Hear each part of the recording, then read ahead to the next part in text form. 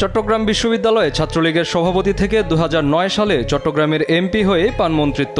জনরোষে উৎখাতের শিকার আওয়ামী লীগ সরকারের টানা প্রায় 16 বছরের শাসনামলের পুরোটাই বিভিন্ন মন্ত্রণালয়ের মন্ত্রিত্ব পান এই হাসান মাহমুদ। সবশেষ সরকার উৎখাত হলে মঙ্গলবার পালিয়ে বিমানবন্দর পার হতে চাইলে আটক হন সাবেক এই পররাষ্ট্রমন্ত্রী।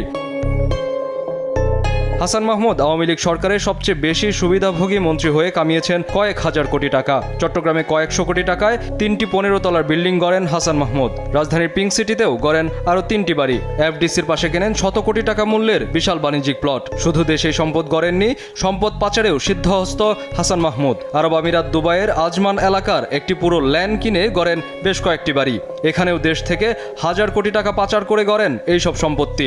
তথ্যমন্ত্রী থাকাকালে বিটিভির ঠিকাদার সহ বিভিন্ন কাজ থেকে হাতিয়ে নেন শত শত কোটি টাকা। বন পরিবেশ মন্ত্রী থাকাকালে নিয়োগ, বদলি ও বন উজাড় করে হাতিয়েছেন কয়েকশো কোটি টাকা।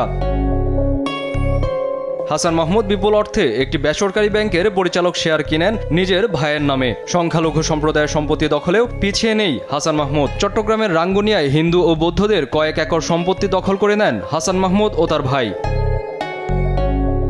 হাসান মাহমুদ মন্ত্রিত্ব পেয়ে নানা বিতর্কিত মন্তব্যের জন্যও দেশজুড়ে সমালোচিত হন। সম্পদ পাচার ও নানা বিতর্কের জন্ম দেয়া মন্ত্রী হাসান মাহমুদ তথ্যমন্ত্রী থাকাকালে গানও গাইতেন।